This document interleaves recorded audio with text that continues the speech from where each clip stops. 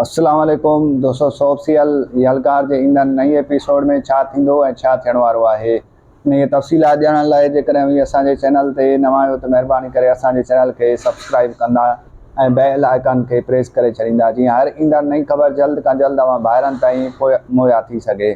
दोस्तों हाणे हलूं था ड्रामे जी तफ़सीलात जी तरफ़।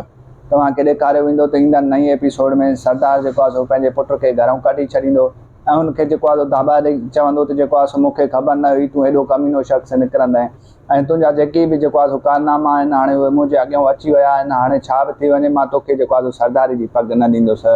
ऐं उन खां पोइ तव्हांखे ॿुधाईंदा हलूं त वॾो सरदार जेको आहे सो चाचा बाग़ाली खे चवंदो त तूं जेको आहे सो वञी करे जमाल ख़ान खे वठी आहे ऐं जमाल ख़ान खे असां जेको आहे सो पग ॿधाईंदासीं।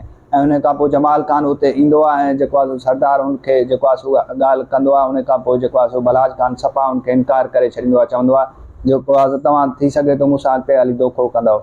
उन खां पोइ हू चवंदो आहे त जेको आहे सो मां जेकॾहिं तो दोखो कयमि त तूं जेको आहे सो सिधी गोली मूंखे सीने में हणजांइ।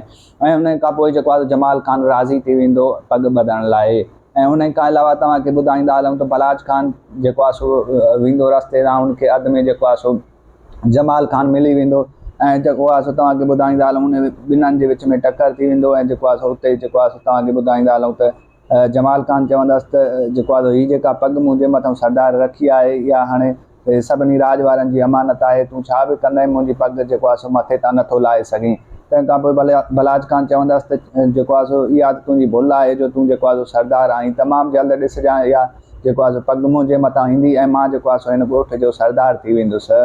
तव्हांखे ॿुधाईंदा हलूं त ड्रामे जे कुझु किस्तनि खां पोइ तव्हांखे ॾेखारियो वेंदो त बलाज ख़ान खे जेको आहे सो जमाल ख़ान मारे छॾींदो। जी हां दोस्तों, तव्हांखे ॿुधाईंदा हलूं त हानी ऐं जमाल ख़ान गॾिजी करे हुनखे मारींदा, छो जो जेको आहे सो जमाल ख़ान पंहिंजो प्लान कंदो छो जो हुनजे शेरबानो खे हुन मारे छॾियो ऐं उन खां अलावा जेको आहे सो हानी जेको आहे सो प्लान पंहिंजे मुरीद जो कंदसि। ऐं उन खां पोइ तव्हांखे ॿुधाईंदा हलूं त ड्रामो उन खां पोइ तमामु जल्द ख़तमु थी वेंदो।